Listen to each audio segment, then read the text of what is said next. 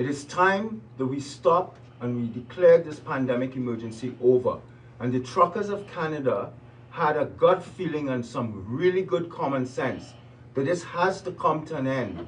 And the problem is that by coming to the population needed to understand that they are backed by solid science.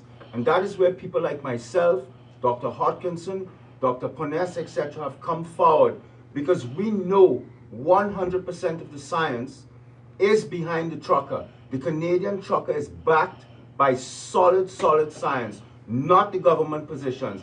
That these vaccine mandates have no scientific or medical basis and must be stopped now. The mandates must be lifted tomorrow. The carnage that's going on out there with our children is indescribable. As Dr. Alexander stated, the evidence medically is overwhelming. I'm not going to list it at this moment. All I am saying is that there's a degree of exasperation that the world must understand listening to this. Canada has been put forward as the epicenter of a major change in how things are run. It's going to transform the usual institutions of politics, of medicine, of law, and the media in ways that we cannot predict. But major changes are coming. And not only that, but we are being watched. We are seeing democracy challenged. And the Chinese are watching us. Make no mistake, this is a moment in history where there's a tremendous amount on the table. Not just vaccination schedules, but the very existence that we want our children to inherit. With that said, I would like to pass over to my friend here, Jeff, as to what's happening on the ground tonight here in Ottawa. Thank you. Thank you. I know that the mainstream, the legacy media has been putting out all sorts of information, states of emergency, riotous activity, unruly, unlawful gatherings of people in this city right now. If you are attuned to that, it may bring anxiety, it may bring stress, it may heighten fear or concern for loved ones that maybe you know are here supporting this. But we assure you, this entire organization, it's not just a movement, it is an organization of dedicated, focused individuals who are standing unwavering. There are no ruffled feathers in this room or amongst this team. We have worked with local law authority and government to keep this exactly what we have intended it to be. It is a peaceful demonstration. We have complied by opening up access roads on every road that we have accessed or parked on with trucks and support vehicles.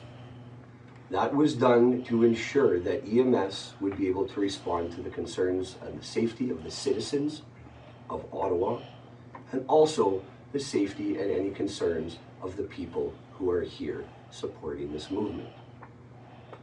We have worked repeatedly with law enforcement agencies to try to bring humane conditions to the people that are peacefully demonstrating. Washroom facilities, maintenance of those washroom facilities, and we have yet to get a solidified response to bring those deserved conditions to this peaceful demonstration.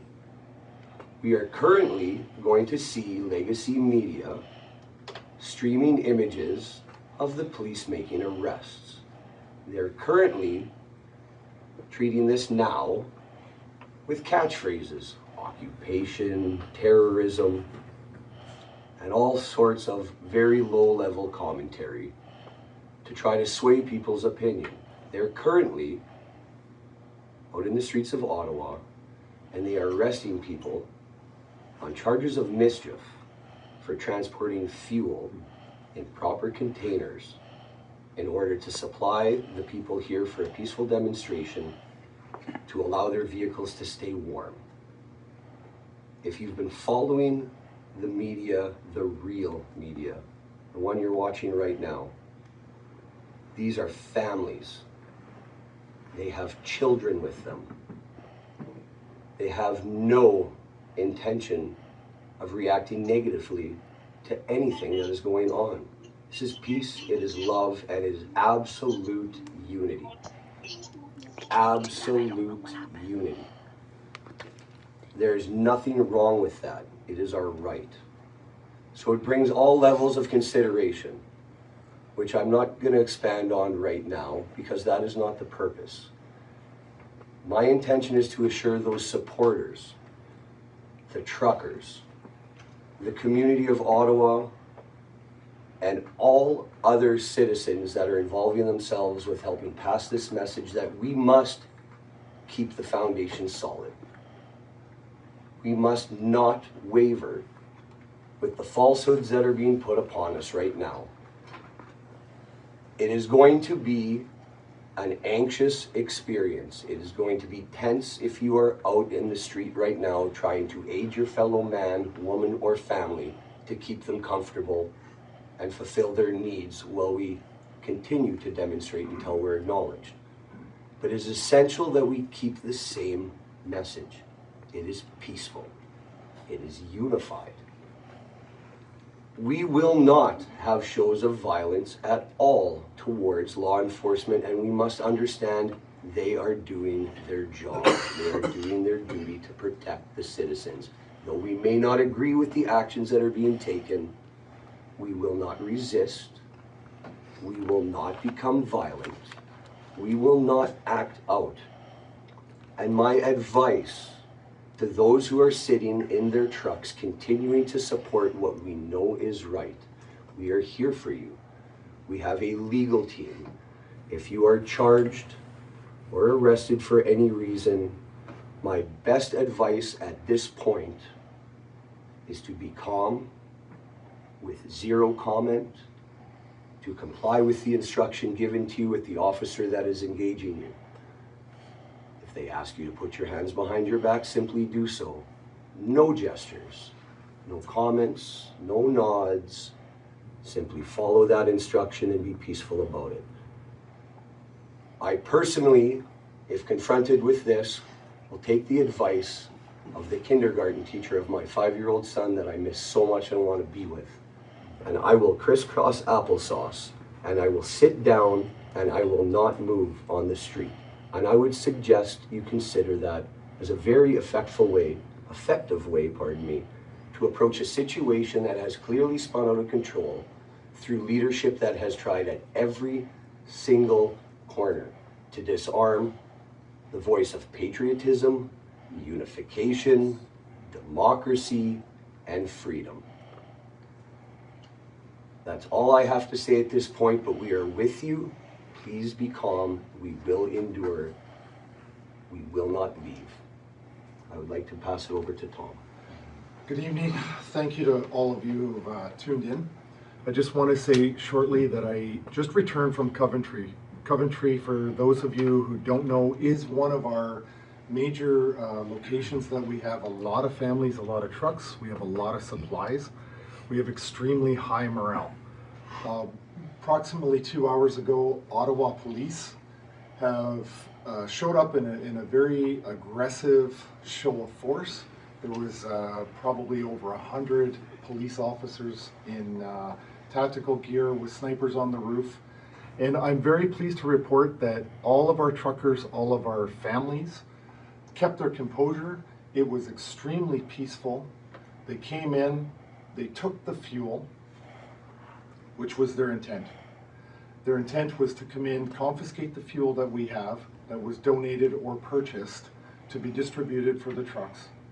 However, I'm pleased to say that that has no impact on our ability to continue operations whatsoever. It was absolutely inconsequential, and I would offer that I believe it was a very critical mistake on their part. It had no impact on our operations, but it certainly raised morale within the occupants, or excuse me, the people that are at Coventry. And I'm not going to take a bow, but I'm very, very proud of the way our truckers conducted themselves. peacefully. There were 2 arrests for 2 people that failed to provide identification when asked by an officer, so they were arrested. And if that's the worst that can happen tonight, I'm very happy with that. In fact, I'm very proud of the way all of our people conducted themselves. And so we have a lot of support.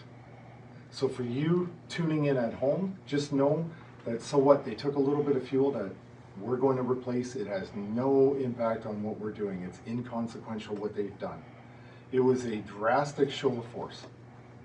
Tomorrow, I will be making a public statement to outline what we believe to be a very measured, reasonable way forward. We believe it to be responsible. We believe it to be safe. And we would like to make that statement tomorrow to try to get interested parties to a negotiating table. So please tune in to that tomorrow. We'll provide some more details. And I'd like to say something for everybody's understanding. This is not a police solution. There is no policing resolution to this. This is a political solution. The Chief of Ottawa Police cannot give us what we want. The Prime Minister of Canada, he has the power to do that. His cabinet has the power to do that. The Government of Canada has the power to end this. They need to sit down and talk with us. Tomorrow I will make a public statement on how we believe we can come together and make that happen. Thank you. If I could add one more thing to the viewers that are tuning in on whatever live feed you're watching from now, please take the time to share this message to everybody in your network. I believe that we should be letting Joseph talk for a moment. Something that all Canadians and all politicians have to be aware of. This is the nation's capital. Ottawa is not just a city in Canada. This is the nation's capital. And as citizens of the country, we've been working for 2 years to get the truth out to the Canadian people. And it took the truckers to create a platform that's allowing these doctors, these brave and doctors that are speaking truth about the truth in science. Canadians owe a deep debt of gratitude to all the truckers. So to the degree that you can support the truckers, please find a way to donate to the truckers. But never forget here, this Ottawa, to the citizens of Ottawa, you are in the nation's capital. There is no disrespect to you, the citizens of Ottawa.